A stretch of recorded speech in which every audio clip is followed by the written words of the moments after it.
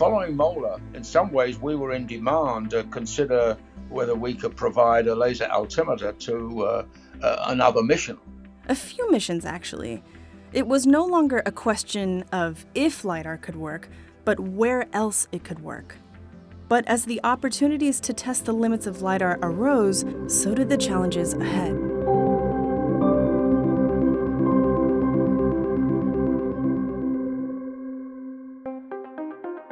The Goddard team quickly began to see the evolution of LiDAR missions, building on the successes of new frontiers mapped by MOLA. We've measured the changes, the seasonal changes in the Mars ice caps, both the North Pole and the South Pole. We've measured the volumes, we've measured the mass that's involved in that. We now have a density. So now we know the kind of processes that are taking... Dave Smith invited me to be on the MOLA altimetry science team.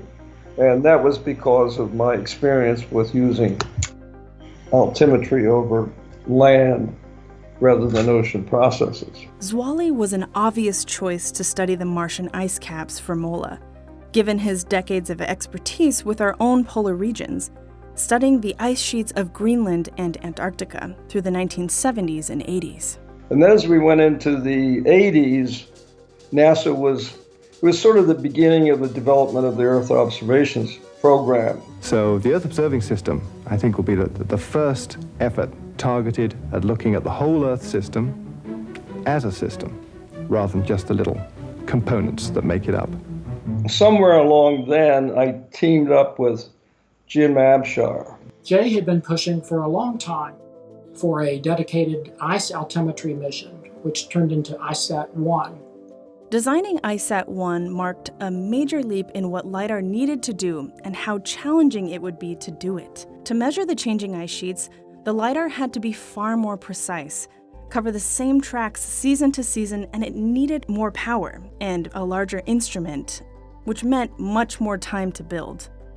We built a simulator for ICESat-1 that allowed us to sort of figure out how precise it could be, how we would process the waveform data coming back, how we would track the surface. This algorithm was much more complicated than anything I had ever worked on before. But all this meant essentially for the ICESat mission, you needed a much more advanced version of MOLA. In Mars, we really didn't know what was there until we got the measurements, so we were doing discovery. On Earth, we have to make quantitative measurements about what's happening. 4, 3, 2, 1. And we have ignition and liftoff of NASA's ICESat and ChipSat spacecraft looking at stars and ice. But after, we'd worked on glass at that point more than a decade, and it already launched, and usually you think, okay, now we're going to be able to enjoy the data coming down, and what can we see in the data? But there was much more, what is this mystery we're seeing? Why is the laser energy going down? Things were not working the way we expected them to, and there were mysteries, and we weren't expecting, after MOLA in particular, to have mysteries at that point. One of these unexpected mysteries came down to the wire. Several wires, actually. What happened on glass was the laser diodes had gold bond wires and indium solder. If you bring these two metals together, even though they're not reactive, they do combine to form gold indide. The gold indide ate away at the wires, leading to added thermal stress, and eventually the failure of the first laser. And the second and third lasers were degrading as well. Tough decisions were ahead. When these missions operate, there's a lot riding on the missions. You don't want to make any mistakes. You want to optimize things as best you can. The question was, given that we would have so much lifetime expectancy from the lasers, well, the scientific decision was that the best way to use that was to operate for periods of about a month and do that 3 times a year. That decision paid off when ICESat showed dramatic change in land ice around Greenland, and it also proved that LiDAR could be used to measure something called sea ice freeboard, a major breakthrough in determining sea ice thickness and an essential science goal for the future of ice measuring satellites. Even though the ICESat project required much more care and feeding, it really laid the groundwork for all the subsequent missions that Goddard has flown. Around the same time that ICESat was developed, Goddard was tasked with designing a laser for measuring a place far from any icy poles. Sean Solomons was the PI of Messenger, and he said, I've been asked to PI a mission to Mercury. I really want a laser altimeter on board. Can you make one that will work there? So the short answer seemed to be, yeah, I don't see why not, but there will be extreme thermal circumstances that we'd have to worry about. That was a really tough one because you fly in close to the 800-degree planet and then you have a 12-hour orbit. The temperature changes by tens of degrees in a few minutes. It had to always shield itself from the sun constantly, which meant that in orbit it was often at a very high angle.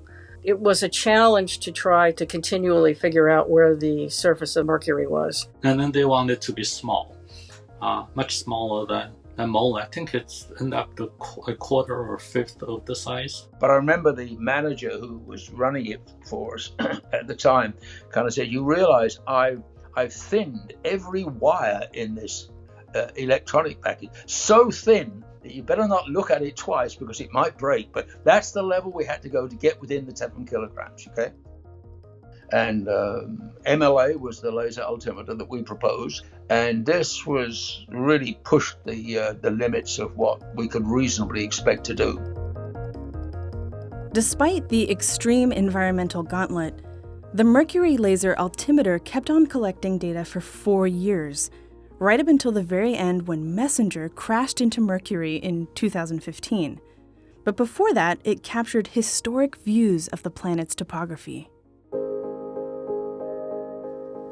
It is time for America to take the next steps.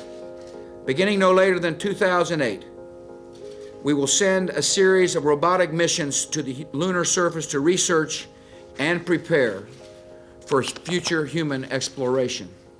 And then one day, a president, I think it was George Bush, suddenly decided we're going to go back to the moon. Wow, all of a sudden, okay? We've been thinking about putting a LiDAR around the moon for a long time, actually. And I really wanted to have a crack at doing a good one instrument for the moon. I mean, my interest was in gravity and topography, two things that need to come together to measure the structure of a planet. And then all of a sudden, we got a call from headquarters. Can you design a LiDAR around the moon, to map the topography? And so the instruments were chosen from proposals based on the ability to help select sites and determine the safety of landing in particular sites on the moon. The LiDAR would be the Lunar Orbiter Laser Altimeter, or LOLA, and it marked another leap into laser altimetry. We also came up with the idea of having multiple beams. We managed to put 5 beams on the surface, and that kind of changed the observational strategy, if you know what I mean, of 5 parallel beams.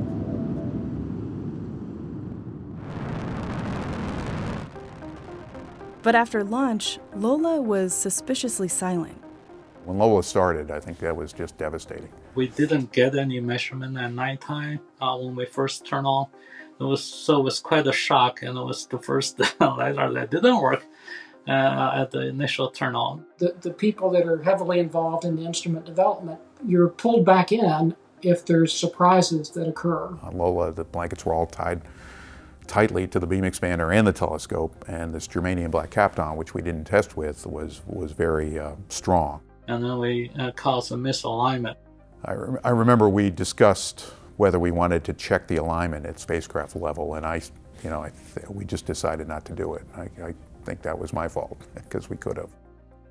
We started in the worst possible orbit for that failure mechanism, and so we were out of alignment, and we had no signal at all, and that was just it was a tough couple of weeks. Yeah, it is a lessons learned for life for me. A couple of weeks later, we noticed a little blip at the South Pole, and so we had some hope. And it eventually just, as the orbit progressed, the signal kept getting stronger and stronger on the daylight side. Despite a bumpy start, in time, LOLA and the Lunar Reconnaissance Orbiter mission became revolutionary in mapping our moon. And it turned out to be exceptional in terms of describing the topography of the moon. as a result of LOLA, I think largely, if not the others as well, the doubts about whether a laser altimeter, for example, could last, age limits, lifetime limits on the laser altimeter were dispelled. The shape of what we build, live, work, study, operate on, whether it be on the Earth, the Moon, Mars, wherever we're going, matters.